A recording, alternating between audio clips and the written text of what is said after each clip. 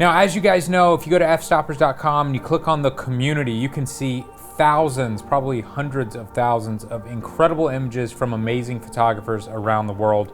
Every week we do a critique the community, but you have to submit your images for that. And we find that the best photographers don't submit their images to the critique. So what we did was we each picked 5 images. So we have 10 images here. These are some of the best images that we found on the community, just casually browsing around. And we thought we would share those with you guys, our community. Yeah, so I think this image I actually came across after seeing another image, and I wanted to see all the photos in this guy's portfolio, and then I saw this, and I was like, whoa, I do not know what's going on here. This is like mixed media or something. It just reminds me of just so many things thrown together, and I really, really liked it. There's elements of this that are strange, like her shoes are kind of like the stripper shoes, but then she's got this hair that looks like it's been styled, you know, really well. And then I can't tell if they've layered a sheet of paper over there and dodged and burned stuff. They've added an overlay of some kind on both images. You know, the left one looks like paint drips, and then the right one looks like glitter or something. Yeah, it's really cool. I mean, this is unbelievable. I would say this is transcending photography. It's moving into digital art, but oh my gosh, it's fantastic. I don't even really know what to say about this. It's just beautiful art. I would love to have this printed and hung on the wall, and I could totally see this in a fashion magazine as well. It just kind of... What I find really interesting about images like this, or like you said, digital art like this, is that this transcends just going out and saying, hey, let's do something cool with lighting and color. I don't know if this photographer does this all the time, or if he had a specific goal going into this and he thought, oh, I could layer this and I see the final image before we've created it, or if this is, hey, I've taken these photos, let me see what I can do days later in post-production, and you wind up with this. But however this was created, I definitely feel like this is one of a kind, this is unique. This is the sort of work that you could produce and get jobs because of the style that you do. If you became known for this, you're the person who has a look, which I think is really, really important. All right, so this is my first image. This one stood out to me because I feel like they've taken something that's relatively boring, and with just the littlest amount of work, they've made something that's really interesting. Obviously, when I compare this to the other one, I don't think it's as polished, you know, but I mean, a single photographer with a tripod could have easily done this. I don't know if there's a bunch of people here or this is literally one person just putting their arm in a million different places and then compositing it together.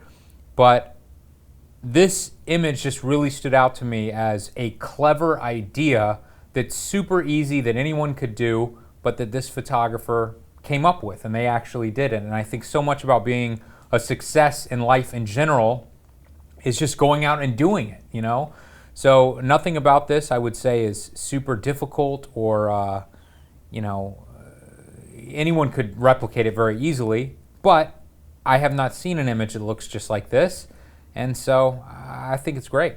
Yeah, this just gives me such an uneasy feeling looking at this. It's so creepy and strange.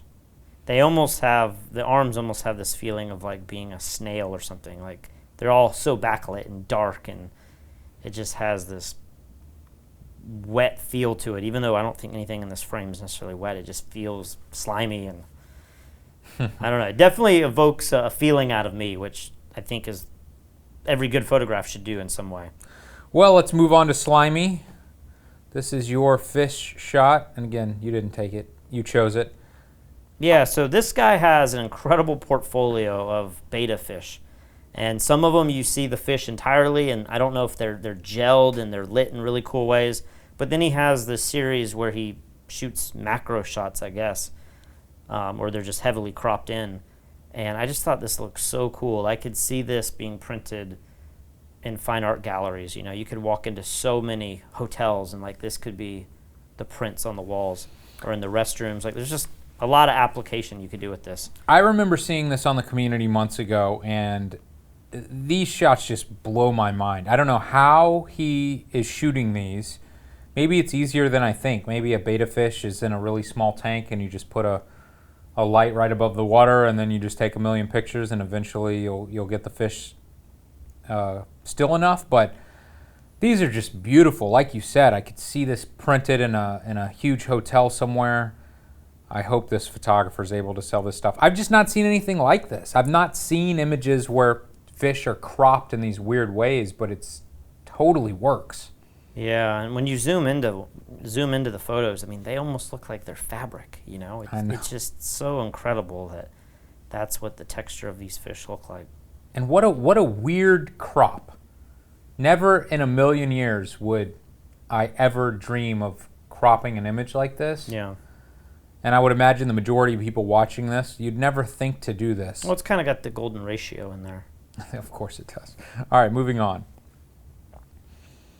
All right, so this is an image by Brian Rogers, and we've done a tutorial with him on product photography. That was kind of the introduction to product photography. I think we're going to be filming a new tutorial with him that goes into much more complex techniques like this. So he does things where he's catching things on fire. He does things where he's dropping ink in the water. To product photography. This looks amazing to me. Absolutely amazing. All of Brian's work looks amazing, so definitely check out his work. And all of these photographers, please check out their work. At the very least, follow them on fstoppers.com. If you're watching this on YouTube, you can click on the link in the description. It'll take you to the post. You can see all the photographers, and then it will link to their portfolios, and then you can follow them on other platforms as well. But Brian in particular, I feel like he's one of the few photographers that has exclusively 4- and 5-star images in his portfolio. Everything is just so flawless, and this image is no different. Yeah, I really am curious how he shot this. Like if he just shoots the smoke and water and then composites it around, but when you zoom in, you can really see the texture and the depth and the shadows that fit around the bottle, and then you think, well, could you put the bottle in and then somehow like capture the smoke coming around the bottle and then composite in the real bottle? That's how I would try to do it, because I have no clue how to do it. Shoot like a black bottle. Right, and just don't worry about the lighting on the bottle, just worry about the lighting on the smoke. But I'm excited to film this next tutorial with him because he's going to start going into all these details. Next up.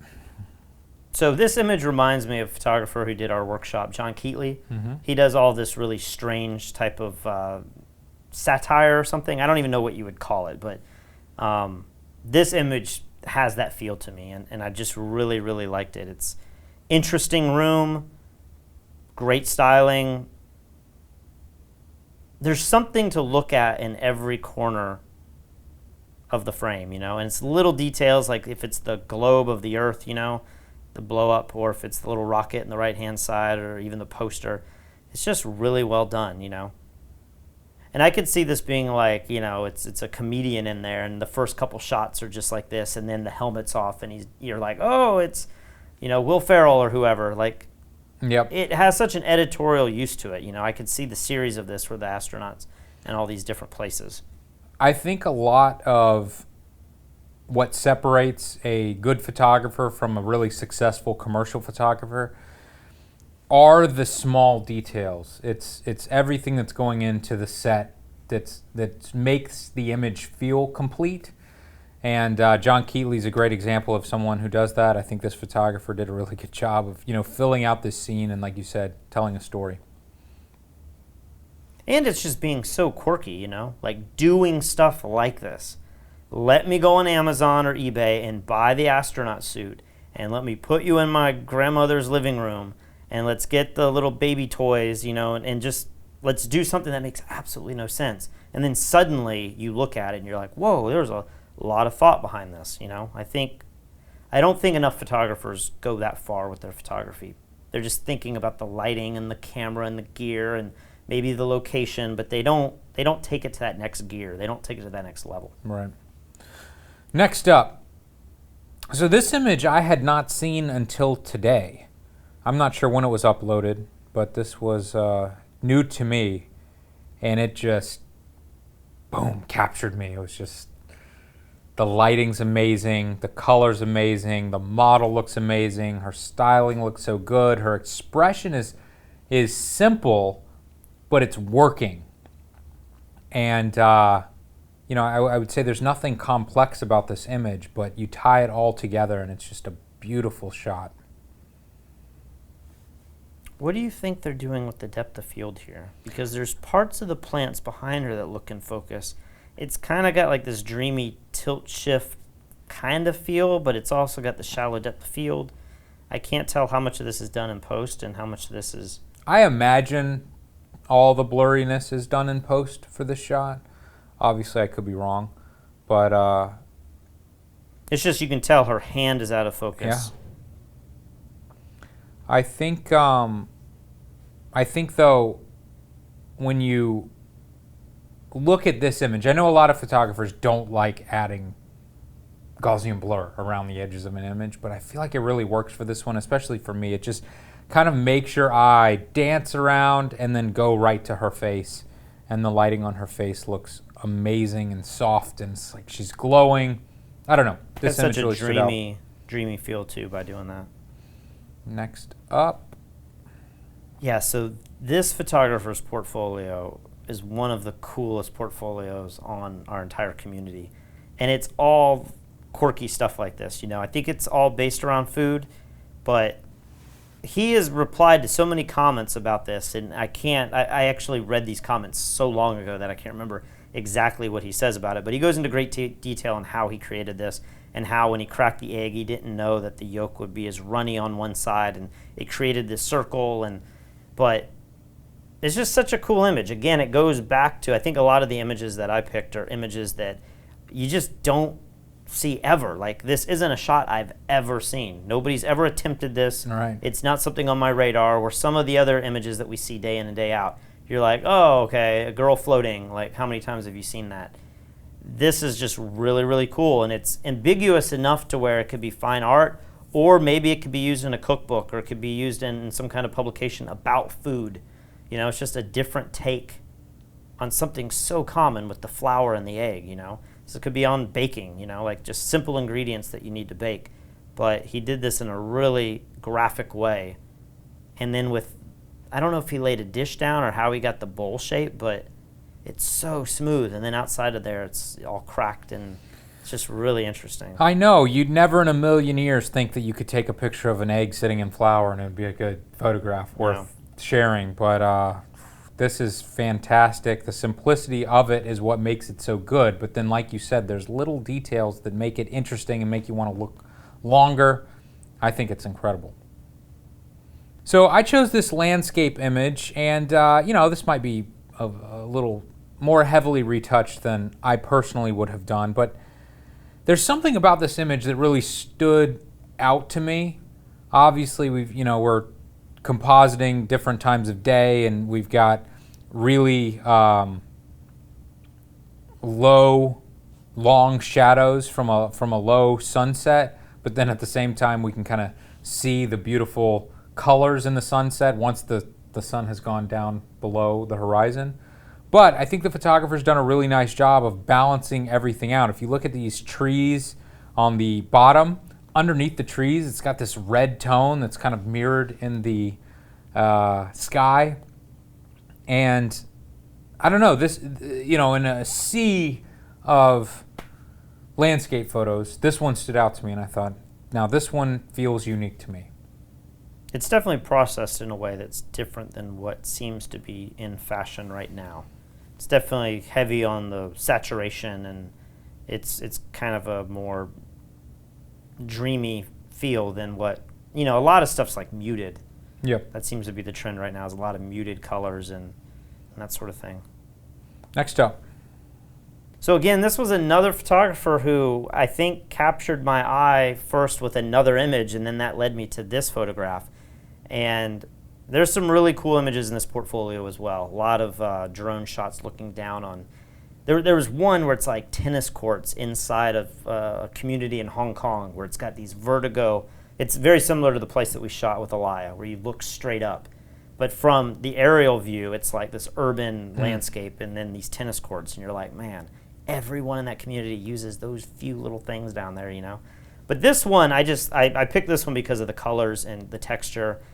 What an incredible backdrop to find. Like this is one of those things that you would walk over every day, but not think to photograph it from high up looking down. I know. I might even think that this could be ugly on ground level, but then from the sky, it's incredible. Yeah, and I think, just putting the people in there, like, there's not much to it, but I just thought this looks really cool. There's so many purposes that you could use this image for, and it definitely stood out small, in the community. It just, like, a lot of these images, I think we're scrolling through, and you're looking for something that just grabs your eye immediately. And so being vivid and vibrant like this in a small format is pretty powerful. Next up. This image I've seen before, and every time I fly, I think of this image. It's funny. That's how good this image is. So, Felix has become known on the Fstoppers community for shooting all the toys and miniature things, but this is kind of outside of what he normally does. But, I mean, goodness, talk about simple idea that is so powerful. The fact that this is what you think about when you're on planes now. It's so beautiful and so creepy at the same time. Yeah. That it's just brilliant. It's brilliant. It's so well done, and so simple as well. It's in a way, it's even more simple than the egg picture. Because in a weird way, like when I see this image, sometimes I don't think of. I guess the natural tendency would be to think that the plane's crashing. But I almost view it as like extraterrestrial, or like you're in another atmosphere, or you're traveling in a way that we haven't yet discovered. Like that's probably not where most people go, but something about it reads like a science fiction movie poster to me. No, it certainly does. It's not, but the way it's written there, especially Beautiful Nightmare, and to think about it, it's like, well, the plane is like upside down going down, but I don't know. It's very, very well done. I don't think Delta's going to be using this anytime soon. Definitely not Boeing, but probably not. Very, very powerful graphic. So that wraps up this look at some of our favorite images. If you guys enjoy this, we could make this a weekly or a monthly thing. I really enjoy it. It gives me an excuse to kind of go through the community and see some of the highest rated images. Right. I try to do that anyway, but then to really sit down and choose my favorite ones is exciting, and then to get to share them with you guys, it's amazing. And most importantly, I feel like these photographers deserve to be followed. Some of them are very famous that we've chosen. Some of them are relatively unknown. I would definitely ask that you guys click on the link if you're on YouTube, head over to the post. At the very least, check out the other photos in their portfolios. Well, like I said, many of the other photos are what led me to the pictures that I picked for this video. So a lot of these guys have incredible work throughout their entire portfolio. Right. And then you can follow them on Fstoppers. You can hit the follow button when you go to their portfolio. And then, of course, it leads to their Instagram and Facebook and everything on their portfolio as well. For more free content just like this, you can head over to fstoppers.com. We have tons of blog posts on news and tips and tricks with photography. If you are a photographer and you'd like to upload pictures to the community, feel free to do that. We're going to be watching your stuff. Also, keep in mind that every week we do the Critique the Community. And we also have a contest section on the website. I always forget to mention this. If you go to fstoppers.com/contests, it will have the latest Critique the Community that you can sign up for. And then occasionally we have these other photo contests where we might be giving away a lens or a camera or something like that. And then finally, if you go to fstoppers.com/store, you can see all of the full-length photography tutorials that we sell, and we have tons of different tutorials on a range of different genres. For instance, on product photography with Brian Rogers. See you next time.